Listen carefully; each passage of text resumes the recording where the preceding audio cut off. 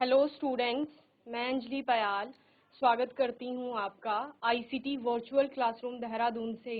कैसे हैं आप सब लोग? उम्मीद करती हूँ आप सब लोग अच्छे होंगे और अपनी लाइफ में बहुत बेहतर कुछ कर रहे होंगे। आज हम बात कर रहे हैं क्लास 6 के साइंस की, और जैसे कि आप लोग जानते हैं थर्ड चैप्टर हमारा चल रहा है यहाँ पर, सेपरेशन ऑफ सब्सटेंसेस यानी पदार्थों का पृथक्करण। ओके, चैप्टर का नाम नोट कर लेंगे जल्दी से। चलिए, तो सेपरेशन क्या है? पृथक्करण जिसको कहा जा रहा है। पृथक्करण का मतलब क्या होता है? अलग करना। ठीक है, किसको अलग कर रहे हैं? कोई मिश्रण होगा, मिश्रण यानी दो तीन पदार्थ आपके आपस में मिल गए हैं, दो तीन चीजें आपस में मिली हुई है और उन दो तीन चीजों को सबको अलग अलग कर रहा है। जैसे हम क्या कह रहे थे, चावल है, चावल में दाल भी आ गई है, कंकड़ भी है, तो सबको, चावल को अलग करना है, दाल को अलग करना है, उन कंकड़ों को अलग करना है। ठीक है, तो सभी चीजों को अलग करने के लिए आप लोग यहाँ पर कुछ मेथड्स का यूज करते हैं। ठीक है, एक ही विधि से आपके सारे पदार्थ अलग नहीं होंगे। क्यों? क्योंकि पदार्थों के गुण बदलते हैं। कुछ पदार्थों के कण बहुत ज्यादा बड़े होते हैं, कुछ के बहुत छोटे होते हैं, कुछ की अवस्थाओं में परिवर्तन होता है, तो इस प्रकार से वेट में उनका डिफरेंस हो सकता है। तो इस तरह से आप अलग अलग पदार्थों की बात करते हैं जिनमें अलग अलग गुण हैं। अलग अलग गुण होने के कारण अलग अलग विधियों से उनको सेपरेट किया जा रहा है। ओके, सबसे पहले हैंड पिकिंग आया था, हस्तचयन, जिसमें आपने कहा कि इस प्रकार से बड़ी जो अशुद्धियां हैं उनमें उनको क्या किया जाएगा, हाथ से उठा करके अलग किया जाएगा, क्योंकि वो आंखों से दिख रही हैं आपको। ठीक है, देन आपने बोला कि दूसरे प्रकार का हमारा मेथड है थ्रेसिंग, जिसमें क्या किया जाता है, प्लांट जो है उससे ग्रेन को अलग किया जाता है। हमने कहा कि अलग अलग प्रक्रियाओं से उनको आपका अलग किया जाएगा या अलग अलग तरह से आप अलग करेंगे, थ्रेसिंग की प्रक्रिया को संपन्न करेंगे। जैसे कि अगर कम एरिया में आप लोगों की खेती है तो फिर क्या किया जाएगा,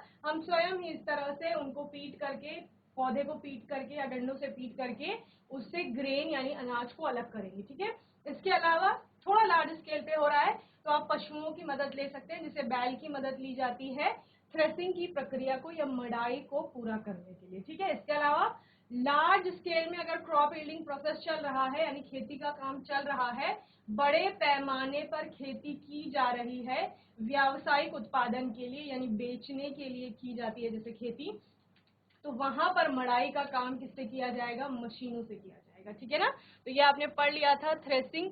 विनोइंग हम लोगों ने पढ़ा था। अब विनोइंग में पदार्थ कैसे होंगे? पदार्थ एक के कण भारी होंगे, एक आपका भारी पदार्थ होगा, और दूसरे के कण कैसे होंगे? हल्के होंगे, यानी वेट में यहाँ डिफरेंस आ गया। हमने कहा ना पदार्थों के गुण में भिन्नता होगी, अलग अलग जगह अलग अलग प्रकार के पदार्थ आपके पाए जाएंगे। ठीक है, तो यहाँ पर आपका वेट में डिफरेंस आ रहा है। तो विनोइंग में क्या होता है, एक हाइट से आपके मिश्रण को गिराया जाएगा और एक हाइट से गिराने के बाद क्या होगा, जो भारी कण है वो इस तरफ आ जाएंगे और जो हल्के कण हैं वो आपका हवा के साथ बह करके अलग हो जाएंगे। ओके, तो ये आपका विनोइंग यानी कि निष्पावन इसको कहा जाता है। ओके, जैसे कि अनाज से भूसे को अलग किया जाता है तो वो भी विनोइंग आपका प्रक्रिया होती है। ओके, चलिए, सीविंग आपकी एक प्रक्रिया होती है, चालन, जिसमें सीव की मदद से हम क्या करते हैं, किसी भी पदार्थ को छानते हैं बेसिकली, और छान करके जो आपका एक साइज के कण होते हैं, जो छोटे कण होते हैं वो सीव से पार हो जाते हैं, और इसमें जो बड़े आकार की अशुद्धि होगी वो सीव में भी आपकी फंस जाती है। ठीक है, सीव में ही फंस जाएगी यानी चलनी में फंस जाएगी। ओके, तो इस प्रकार से सीविंग, चालन या छलनी का प्रयोग करेंगे, चलनी का प्रयोग, और उससे बंद किया जाएगा।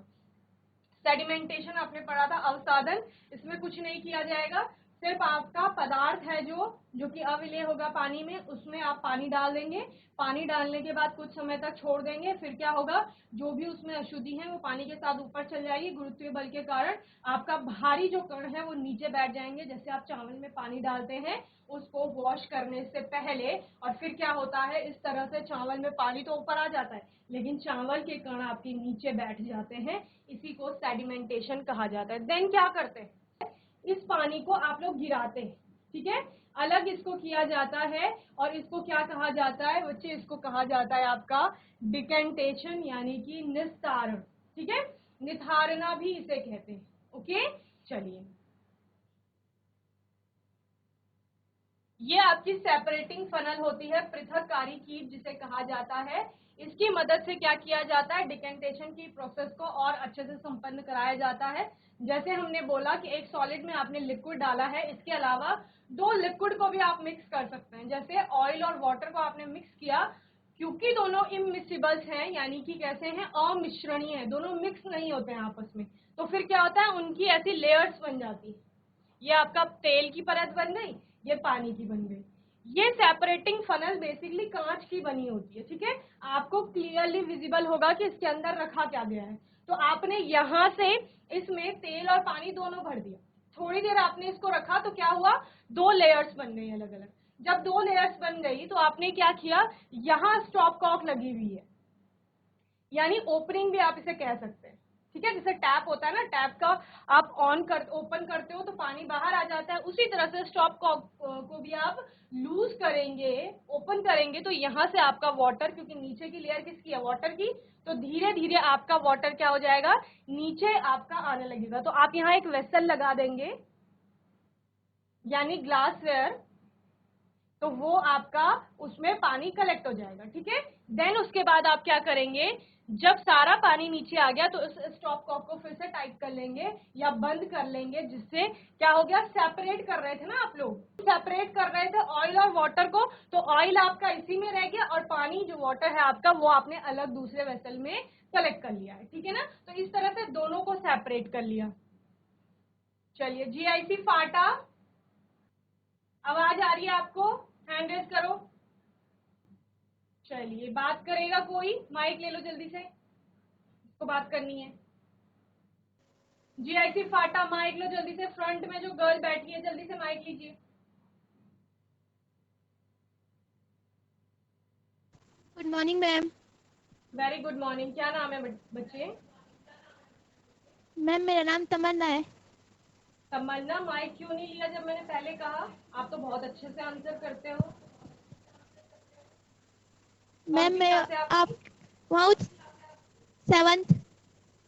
7th है, ठीक है। तो मैंने आपको कहा था ये चैप्टर तो आपको बहुत अच्छे से पता होगा। कौन सा चैप्टर चल रहा है हमारा? Ma'am separation. Separation of substances चल रहा है, ठीक है ना। चलिए, कोई भी एक विधि समझाइए मुझे सेपरेशन की, बताओ जल्दी से।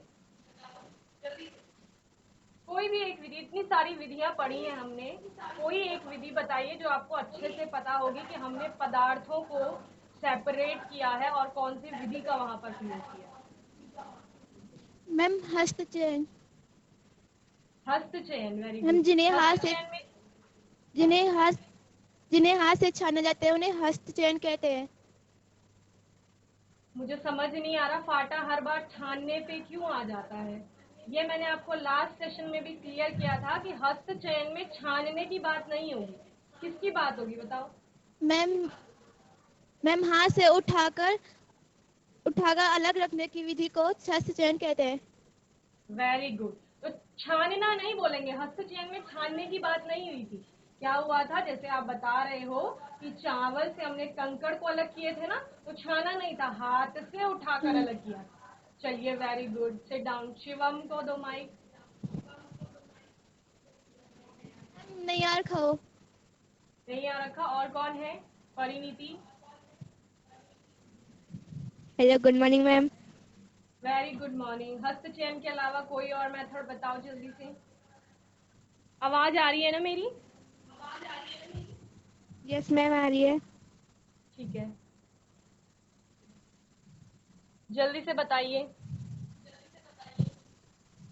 Ma'am threshing. Threshing, very good. Threshing में क्या होता है? मैम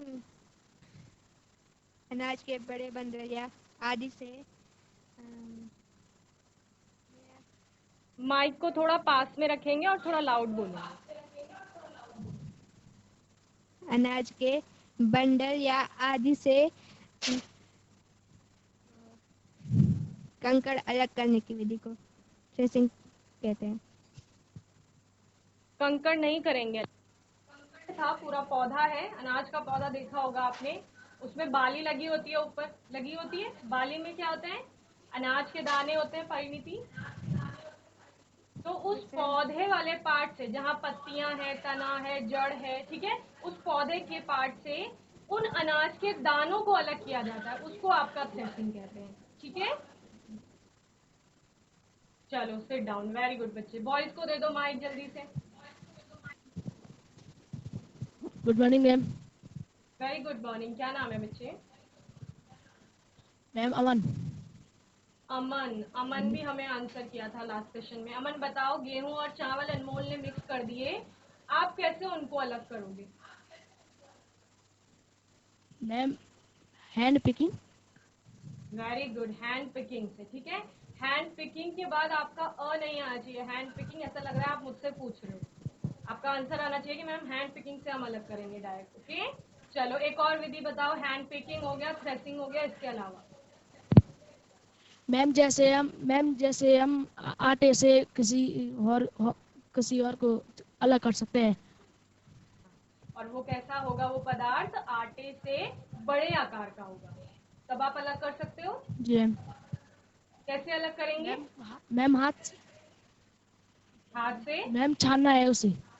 छानना है मैम उसे, और हाथ से नहीं छानने के मैम लिए छानना है। हाँ, छानना है, और छानने के लिए किसका प्रयोग करेंगे? किसका? मैम छन्नी का। हाँ, छन्नी, चलनी या सीव जिसे कहा जाता है, उसका प्रयोग किया जाएगा। वेरी गुड बच्चे। तो इसमें क्या हो रहा है? आटे में, आटा बहुत महीन होता है, उसमें एक बड़े आकार की अशुद्धि थी, तो उसको हमने अलग किया। ठीक है, चलिए। और वाष्पीकरण क्या होता है, जो आप लोग घरों में भी देखते हैं, ठीक है ना? हम लोग क्या करते हैं, किसी बर्तन में पानी रख देते हैं बॉईल करने के लिए या उबालने के लिए। धीरे धीरे पानी आपका गर्म होता है, आपने गैस या बर्नर ऑन कर लिया है, सपोज चूल्हे पे रखा है, धीरे धीरे उसका तापमान बढ़ेगा, वो गर्म होगा, और गर्म होने के बाद क्या होता है, आपको पानी से भाप बनती हुई दिखेगी। तो पानी जो भाप बना रही है ना, वही वाष्पीकरण उसको कहा जाता है। ठीक है, इसी वाष्पीकरण से हमने क्या पढ़ा था कि समुद्र में जो नमक होता है उसको इसी विधि से, वाष्पीकरण की विधि से पृथक किया जाता है। यहाँ पर समुद्र के पानी को शैलो पिट्स में, ऐसे उथले गड्ढे बनाए जाते हैं, जिनको आप सामान्य भाषाओं में आपकी क्यारियां भी कह सकते हैं। इसमें समुद्री जल को रोका जाता है। आपको पता है कि समुद्री जल कैसा होता है? नमकीन होता है। क्यों होता है? क्योंकि पानी के साथ नमक घुली हुई है। ठीक है, आदित्य ध्यान से सुनेंगे। समुद्री जल में नमक घुली हुई है, और उस नमक को हमने निकालना है। ठीक है, तो कैसे निकालेंगे? हमने ये शैलो पिट्स बना दी हैं। शैलो पिट्स यानी कि उथले गड्ढे या क्यारियां जिनको हम बोल रहे हैं, उसमें पानी को रोक दिया है। अब क्या होगा? सूर्य का प्रकाश पड़ेगा, धीरे धीरे पानी आपका गर्म होगा, और एक स्थिति ऐसी आएगी कि पानी आपका भाप बनना शुरू कर देगा। ठीक है ना? भाप बनकर के पानी उड़ गया और नमक यहीं रह गई। ठीक है, तो इस तरह से अपने पानी से आपके नमक को सेपरेट कर लिया है। अब वो नमक कई लवणों का मिश्रण होगा, उसमें से आप कॉमन सॉल्ट, जो आपका साधारण नमक होता है जो घरों में यूज में आता है, वो क्या करेंगे? एक्सट्रैक्ट कर लेंगे, ऑब्टेन कर लेंगे, या प्यूरिफाई के बाद, प्यूरिफिकेशन के बाद, उसको प्यूरिफाई करने के बाद आप उसको यूज में ला सकते हैं, यानी शुद्धिकरण के बाद। अभी यहाँ पे जो नमक बचा है ना, जो आपका वाष्पीकृत नहीं हुआ, वो शुद्ध नहीं है, वो लवणों का मिश्रण है। ओके, तो इस तरह से हमने इसके बारे में पढ़ा था, वाष्पीकरण के बारे में। परिभाषा क्या थी? जल को वाष्प में बदलने की प्रक्रिया को ही क्या कहा जाता है? वाष्पीकरण कहते हैं। जहां पर पानी मौजूद होता है या उपस्थित होता है, वहां वाष्पीकरण की प्रक्रिया लगातार होती रहती है। तो कहीं पर भी आप पानी देखेंगे ना, वो पानी आपका लगातार क्या होता रहता है? कम होता रहता है। तो इसका मतलब क्या है कि वो वाष्पीकृत हो रहा है वहां पर। ठीक है ना? इसके अलावा आप यहाँ पर लिख सकते हैं कि वाष्पीकरण की प्रक्रिया तापमान बढ़ाने के पश्चात आपकी संपन्न होगी। ठीक है,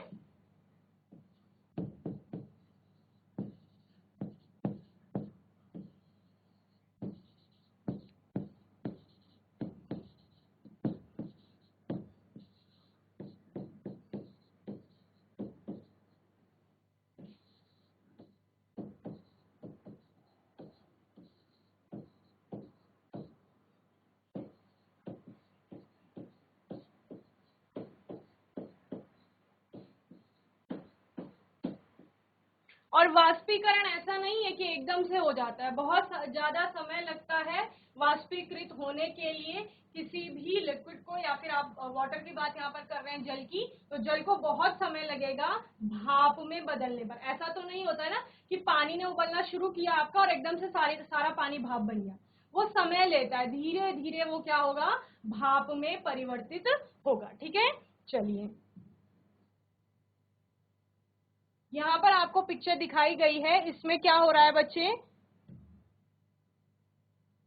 देखिए इवेपोरेशन की प्रक्रिया हो रही है। इवेपोरेशन में हो क्या रहा है, पानी के अणु थे, वो पानी के अणु यहाँ से ऊष्मा मिलते ही अपनी अवस्था परिवर्तित कर रहे हैं। ठीक है, अवस्था परिवर्तित किस प्रकार से कर रहे हैं, उनकी गतिज ऊर्जा बढ़ जाती है, कंपन उनमें ज्यादा होने लगता है। ठीक है, क्योंकि अब उनको ऊष्मा मिल गई है, एनर्जी मिल गई है। उसके पश्चात अवस्था परिवर्तन का मतलब क्या है, ये आपका सपोज जल है, और जल कौन सी अवस्था में होगा, द्रव अवस्था में होगा।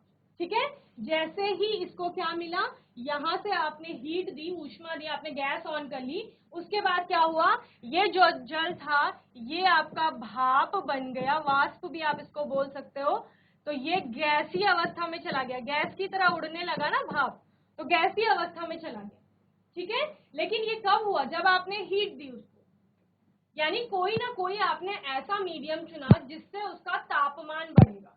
जैसे आप कह रहे थे कि समुद्र के पानी में सूर्य का प्रकाश पड़ा, तो सूर्य का प्रकाश वहां पर क्या है, एक मीडियम है, एक माध्यम है, जिससे कि उसको एनर्जी मिल रही है, हीट मिल रही है, या तापमान जिससे बढ़ रहा है, गर्मी आएगी ना सूर्य के प्रकाश से। देखो यहाँ पर एक कहीं पर भी आपका किसी सरफेस पे ऐसे वाटर कलेक्ट हो गया है, पानी इकट्ठा हो गया है आपका, और उस पर सनलाइट पड़ रही है, सूर्य का प्रकाश पड़ रहा है, ये पानी आपका गर्म होगा धीरे धीरे, और उसके बाद क्या हो रहा है, ये आपका वेपर्स में कन्वर्ट हो रहा है, यानी कि भाप बना रहा है। ठीक है, तो इस तरह से आपका पूरा इवेपोरेशन की प्रक्रिया संपन्न होती है।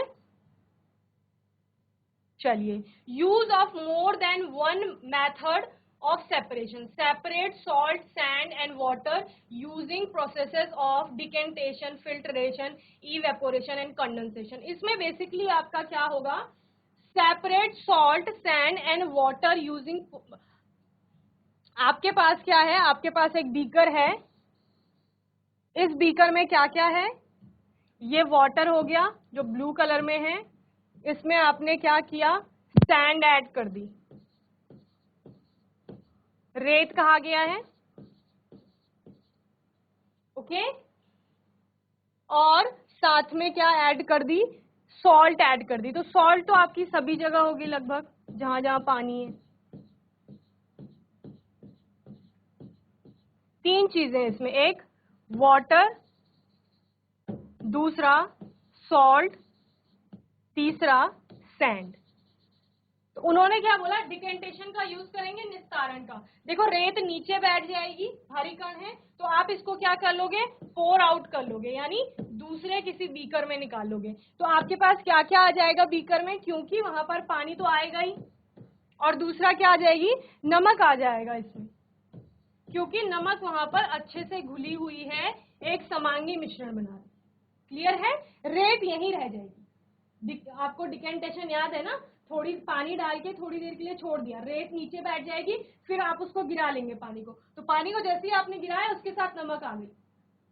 अब इसको क्या करेंगे, डिकेंटेशन के बाद आपका फिल्ट्रेशन भी आप यूज करेंगे, क्योंकि महीन कण आएंगे, महीन कण होंगे इसमें, अभी रेत के सारा रेत नहीं निकला है, छोटे छोटे कण होंगे, फिर फिल्ट्रेशन का यूज करेंगे, फिल्टर करेंगे, इसको छानेंगे, और छान करके इसमें रेत के कण रह जाएंगे, फिर से आपका नमक और पानी एक साथ आ जाएगा, और उसको फिर क्या करोगे, नमक से पानी को किस तरह से अलग करोगे, इवेपोरेशन के द्वारा अलग कर लेंगे। ठीक है ना, तो इस तरह से आप एक से अधिक आपके मिश्रक पदार्थ हैं कहीं पर, तो उनको अलग अलग विधियों से आप सेपरेट कर सकते हैं। ठीक है, संघनन की प्रक्रिया को होमवर्क में देख के आएंगे कि संघनन क्या होता है।